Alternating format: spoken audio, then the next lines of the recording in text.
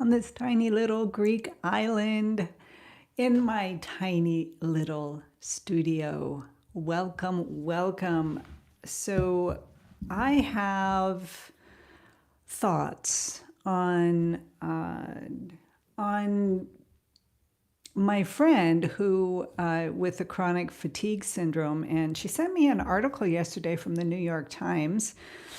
I can't remember right now who wrote it, but it was basically saying that people in the 90s, not too long ago, people were sent home from the doctor's office saying, it's just a psychological thing. and because a very high percentage of women suffer from chronic fatigue syndrome, it just seems that nobody really paid any attention to it. And luckily today it's coming out more in the open, and especially since COVID, because long COVID chronic fatigue syndrome is, in fact, one of the major symptoms of long COVID. And,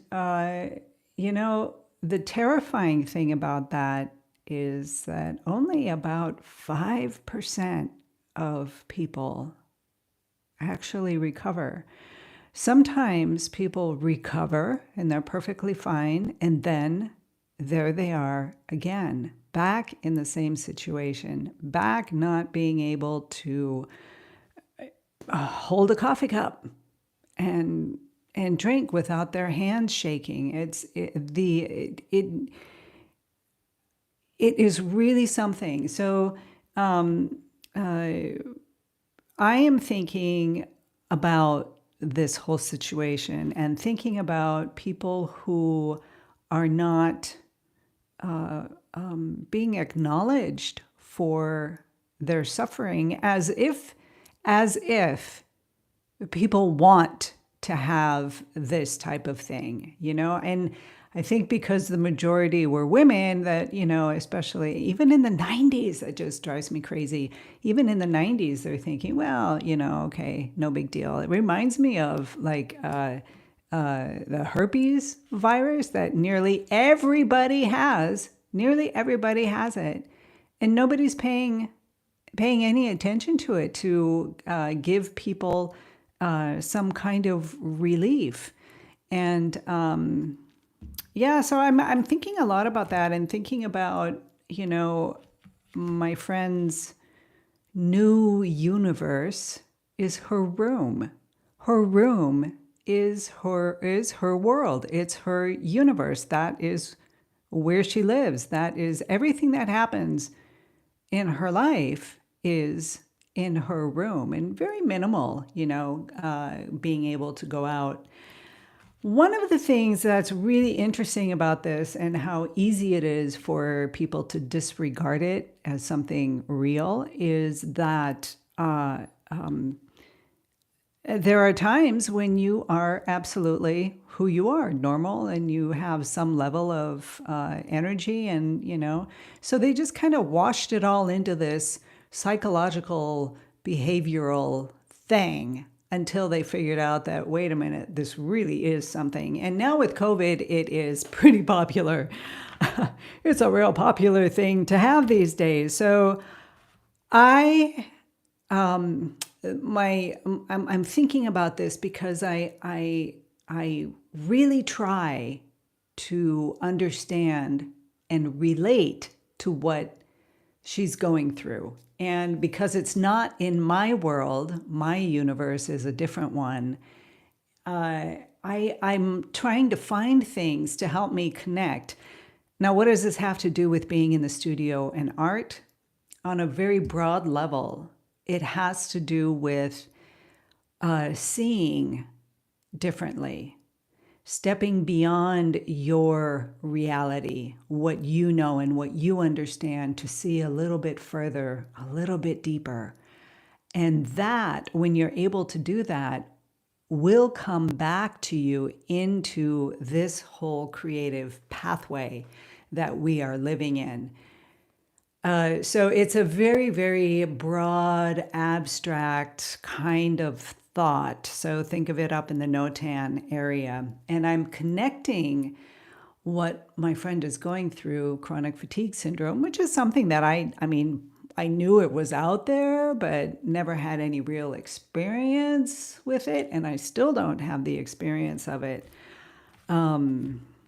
Only when I had COVID and for 3 weeks, I was on my back and couldn't get up and couldn't move. And that's the only thing. But 3 weeks compared to years, that's a little bit different. But anyways, we all try to connect to others around us. And if we can just kind of pull yourself out of who you are, what you believe, what you think, what you deem valid, and just kind of let it go, to be present with whatever experience is happening around you, that's when you're able to bring in and digest new ideas, new experiences, deeper understanding, open up your compassion, maybe find ways to connect. My way of connecting to my friend and trying to understand what this chronic fatigue syndrome is, was those 3 weeks when I was on my back and couldn't move. The exhaustion was extreme. And also when the COVID era was here all over the world, my experience was walking every day down to take my cold water swim. And I would walk the same path over and over and over. At least here on the island, we were lucky enough to be able to go outside. So I would take this walk, and day in and day out, that was the big wow of my day. And I remember, rather than latching down onto the idea of, oh, we can't go anywhere, this is awful, I don't know what to do, again, I work my mind so that when I would leave to go down swimming, I would say, okay, Vita, what are you going to discover today? And we're talking the same road, the same path, the same thing, day in and day out. But I left the house and say, what will I discover today? And you know what? I kept discovering new things that I had never noticed before, because I was in a new, confined universe. You know, the universe of the dirt road going down to the beach. Granted, it's probably a more exciting one than my friend, whose universe is her room. But, you know, it was a more confined version of what my regular life was, and is now. So I would go down. Hello, Corby. Nice to have you here. Thank you for being here. So I am going down on these paths and seeing things that I would never had noticed before. And to be honest, now that life has opened up again, I don't really notice them as much today. However, because I opened that part of me, I expanded myself into that little universe of the road going down to the beach and coming back up, that when I do go down, I do notice much more than I did before. And so, okay, that's bringing that experience into my studio practice, into who I am, into finding ways to nourish my creative pathway. Yes, my friend is just not in a place to do that. It's just nearly impossible for her to have that clarity of mind and to think about such subtle thoughts and subtle experiences. So everybody goes through their own things, and the only thing I can do is just be with her and be there. I am me. I cannot pretend that I understand what she's going through, but I can be there. So I'm finding everywhere, all over, in everything that I do, ways to connect. And, to a certain level, I'll never be able to relate to that because I'm not living it.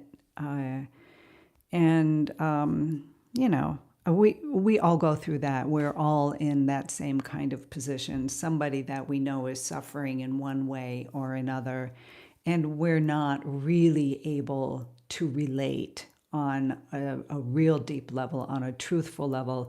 We can imagine, and we go with that. And that's all we can do, because everybody's universe is slightly different than somebody else's. And those are just thoughts that I'm having today as I work on my pet portrait, and just kind of chewing on these different thoughts of, how can you be there for someone? Another dear friend of mine lost one of her children, died, and it was my immediate reaction when I heard that horrible, awful, incomprehensible news. How on earth would I support somebody going through that when I have no idea, none of what she might be going through? And what do you do? I'm going to turn this into an art thing as well, but what do you do? I figured out the only thing I could do was just come up flat out honest and say, hey, I don't really know how to help you here, but I'm here. And in your studio, when you're at a point where you don't really understand where you need to go, how you need to go about getting to the next level, when everything is just dark and confusing, we all go through that as we're moving into the next level as an artist on your canvas, and of course within as well. All you can really do is kind of connect and be good to yourself and just say, okay, I know where I want to go. I know who I want to be. I don't know how to get there yet. Just saying that opens a door. Maybe it doesn't swing wide open and all the information comes in and enlightens you, but you can open up a little crack and enough light is coming in so you can say, okay, I want to push that door open. I want to get there. I want to go see what's there. And so those are my thoughts today, you guys. I am on fire with Kajabi, and my 0.2% has now gone to 10%. Still not there. Have a long way to go, but it's all coming together, and all, how the pieces just kind of fall into place when you again open up that door just a little bit and say, I want to go in there. I want to explore that room, that area, that new universe. So, sorry for the abstract thoughts today. Sometimes they just overwhelm me, and I love to philosophize about them and try and understand them and try and understand my world and try and understand my studio and try to understand myself in any way that I can. So, wishing you all a beautiful, beautiful day today. Be inspired, be creative, and love yourselves so much today. I will see you all again tomorrow.